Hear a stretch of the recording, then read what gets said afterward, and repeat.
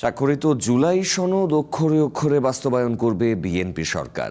যুগপৎ আন্দোলনে অংশ নেয়া শরিকদের এমনটাই জানিয়েছেন প্রধানমন্ত্রী তারেক রহমান। বৈঠকের পর সাংবাদিকদের এ কথা জানিয়েছেন বিএনপি মহাসচিব ও স্থানীয় সরকারমন্ত্রী মির্জা ফখরুল ইসলাম আলমগীর। সরকার গঠনের 5 মাসের মাথায় প্রথমবারের মতো শরিকদের সাথে আনুষ্ঠানিক বৈঠকে ভবিষ্যৎ বাংলাদেশের করণীয় নিয়েও আলোচনা করেছেন সরকার প্রধান। 2022 সালের 24 ডিসেম্বর বিএনপির নেতৃত্বে স্বৈরাচার বিরোধী ও নির্দলীয় তত্ত্বাবধায়ক সরকারের দাবিতে শুরু হয় যুগপৎ আন্দোলন। গণতন্ত্র মঞ্চ, 12 দলীয় জোট, জাতীয়তাবাদী সমমনা জোট সহ 33টি রাজনৈতিক দল এই যুগপৎ আন্দোলনে একাত্মতা ঘোষণা করে। অভিন্ন দাবি ও কর্মসূচির মাধ্যমে রাজপথের আন্দোলন জোরদার করেন এবং পরবর্তীতে অন্তর্বর্তীকালীন সরকার গঠন ও রাষ্ট্র সংস্কারে অবদানও রাখেন।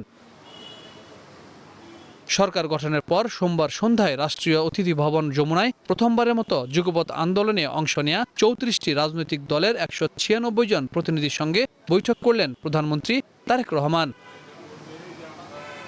বৈঠকে সরকারের সাম্প্রতিক কার্যক্রম, ভবিষ্যৎ রাজনৈতিক কৌশল, নির্বাচনী অঙ্গীকার বাস্তবায়নের অগ্রগতি এবং শরিক দলগুলোর প্রত্যাশা ও পরামর্শ গুরুত্ব পায়। পাশাপাশি জাতীয় ঐক্য, রাজনৈতিক স্থিতিশীলতা এবং সমন্বিতভাবে সামনে এগিয়ে যাওয়ার বিষয়েও আলোচনা হয়।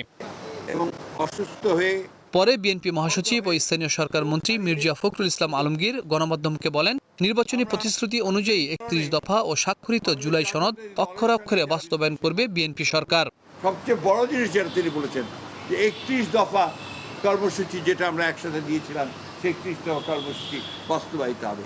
এবং তিনি এটাও বলেছেন, আবারও জোর দিয়েই বলেছেন যে জুলাই সনদ যেটা আমরা সমস্ত রাজনৈতিক দলগুলো স্বাক্ষর করেছি, সেই জুলাই সনদ যারা, আমি আবার রিপিট করছি, যেগুলো আমরা স্বাক্ষর করেছি সেটার অক্ষরে অক্ষরে পালন করা হবে। মির্জা ফখরুল বলেন, ফ্যাসিবাদ, স্বৈরাচার ও উগ্রবাদের বিরুদ্ধে যুগপৎ আন্দোলন চলমান থাকবে।